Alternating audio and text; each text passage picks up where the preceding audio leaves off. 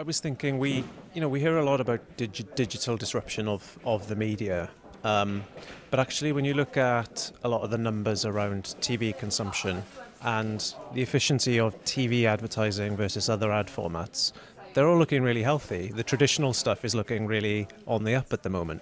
So what does the future look like? Does it look like more of the same, more big old linear TV? Well, that's the big question. It was,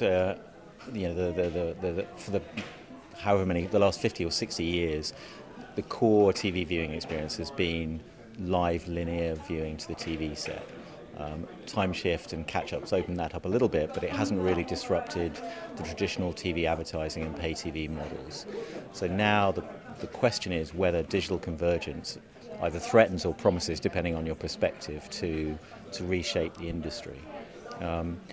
What's clear is that the internet is having a measurable impact on how people, and particularly younger people, watch TV and video content. Having said that, as you say, more and more people are spending more time watching traditional TV. So TV advertising and pay TV have proved to be extremely resilient. The question is whether or not things will continue on the current trajectory where digital video, etc., sort of chips away slowly, or we've got some tipping points ahead. And the key to answering that question is to understand what the growth potential is for connected TV viewing and over-the-top services, whether it's to the TV or to smartphones or tablets. And the challenge for the TV industry, pay TV industry, the TV advertising industry, is how they deal with that change, which raises some pretty significant questions about audience measurement, data capture, commercial exploitation. But so far, you're absolutely right. It's had a relatively small impact. So what would true digital disruption look like, and how are we going to get there? Because you look at the so-called the connection rates of connected or connectable TVs are still pretty low. What's it going to take for that ratio to improve, and what kind of environment could there be when that happens?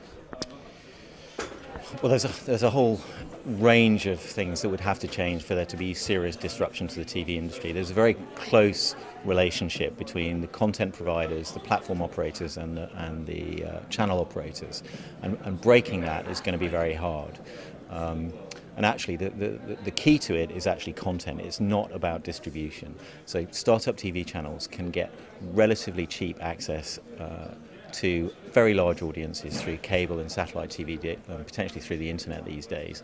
But that doesn't actually change very much unless you get the viewing to go with it. And the core to that is content. So without major investment in content, a lot of these services aren't really going to get much traction. And we're seeing that now with Netflix investing very heavily in original programming and really trying to create some traction beyond just being a distribution service for existing TV shows and movies.